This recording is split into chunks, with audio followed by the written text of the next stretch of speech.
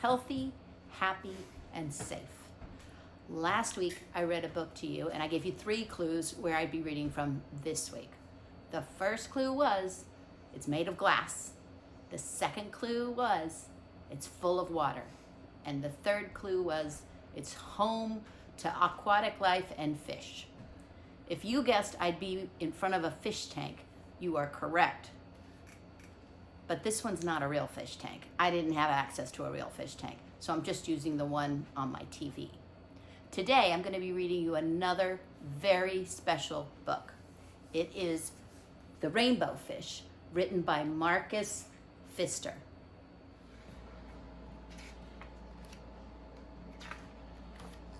A long way out in the deep blue sea, there lived a fish. Not just an ordinary fish, but the most beautiful fish in the entire ocean.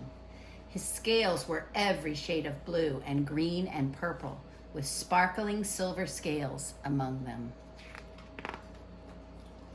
The other fish were amazed at his beauty. They called him Rainbow Fish. "Come on, Rainbow Fish," they would call. "Come and play with us." But the Rainbow Fish would just glide past, proud and silent, letting his scales shimmer. One day, a little blue fish followed after him. "Rainbow Fish," he called, "wait for me.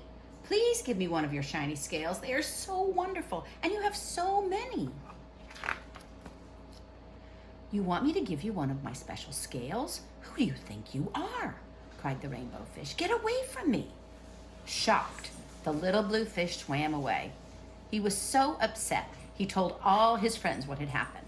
From then on, no one would have anything to do with the Rainbow Fish. They turned away when he swam by. What good were all the dazzling, shimmering scales with no one to admire them? Now he was the loneliest fish in the entire ocean. One day he poured out his troubles to the starfish. "I really am beautiful. Why doesn't anybody like me?" "I can't answer that for you," said the starfish. "But if you go beyond the coral reef to a deep cave, you will find the wise octopus. Maybe she can help you." The Rainbow Fish found the cave. It was very dark inside, and he couldn't see anything. Then, suddenly, 2 eyes caught him in their glare, and the octopus emerged from the darkness. "I've been waiting for you," said the octopus with a deep voice. "The waves have told me your story. This is my advice. Give a glittering scale to each of the other fish. You will no longer be the most beautiful fish in the sea, but you will discover how to be happy." "I can't," the Rainbow Fish started to say, but the octopus had already disappeared into a dark cloud of ink. "Give away my scales? My beautiful shining scales? Never! How could I ever be happy without them?" Suddenly he felt the light touch of a fin. The little blue fish was back. "Rainbow Fish, please don't be angry. I just want one little scale." The Rainbow Fish wavered. Only one? Very, very small shimmery scale, he thought. Well, maybe I wouldn't miss just one. Carefully, the Rainbow Fish pulled out the smallest scale and gave it to the little fish. Thank you very much."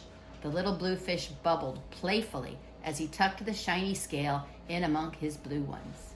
A rather peculiar feeling came over the Rainbow Fish.